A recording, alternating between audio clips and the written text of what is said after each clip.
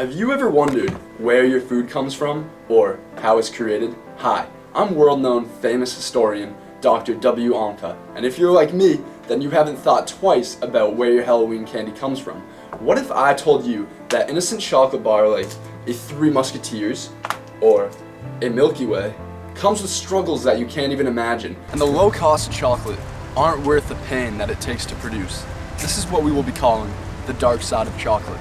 But first, let me take you back to 600 CE South America, where ancient minds first discovered chocolate, or chocolatl.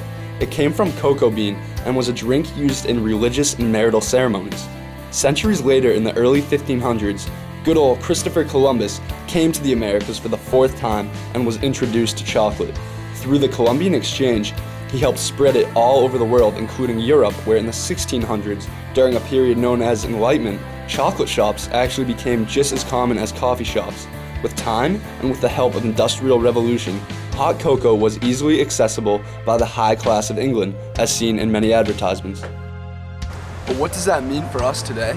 You might be thinking that, with this level of profit, it's good for everyone.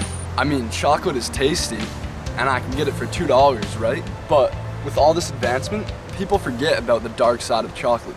The vast majority of today's chocolate is produced by 2.3 million child laborers in Ghana and Ivory Coast, where they are imprisoned and beaten, often forced to work without pay. These two African countries produce roughly 60% of the world's cocoa, and cocoa industries have caused severe negative effects on countries' populations. For example, the majority of children are illiterate because they don't have time for school, for the plantation owners need all children working at maximum. Many children are as young as 5 years old and can work on these plantations to support their families. The recruiter lines say job pay well. We get less than 2 a day. I do not know if I'll ever see my family again.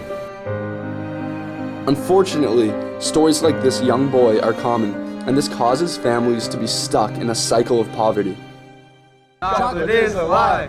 Chocolate is alive! The worst part is, bigwig companies like Hershey's and Nestle know about the conditions, so they use third parties to keep plausible deniability. Even with people catching on and the media bringing attention against companies who use child labor, companies are still doing nothing, with the number of firms in Ghana even doubling in 2015 alone. So the next time you buy a chocolate bar, remember, it has a dark side and costs a lot more than just $1.